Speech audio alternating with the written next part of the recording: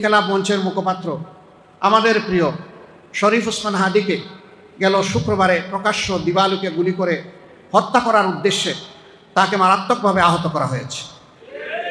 আমরা তার জীবন নিয়ে শঙ্কিত, শুধু শঙ্কিত নই, দারুণভাবে শঙ্কিত। আজকে তাকে সিঙ্গাপুরে নিয়ে যাওয়া হয়েছে। জানি না আল্লাহ তাআলা তার কপালে কিসমতে ভাগ্যে কি লিখে রেখেছে। আল্লাহ তাআলার কাছে দোয়া করি, আল্লাহ তো মৃতকেও জীবিত করতে পারেন। তুলিজুল হাইয়া মিনাল মাইয়িত, আল্লাহ বলেছেন তুখরিজুল হাইয়া মিনাল মাইয়িত, যে আমি মৌতের ভিতর থেকেও জীবন দিয়ে বের করে আনতে পারি। এবং আল্লাহ তা দুনিয়াবাসীকে বহুবার দেখিয়েছে। আমরা আল্লাহ তাআলার দরবারে বিগলিত চিত্তে দোয়া করি, আল্লাহ তাআলা তার কুদরতের হাত হাদের দিকে সম্প্রসারিত করে তাকে তিনি আবার বিপ্লবী হিসেবে আমাদের কাছে ফিরিয়ে দিন।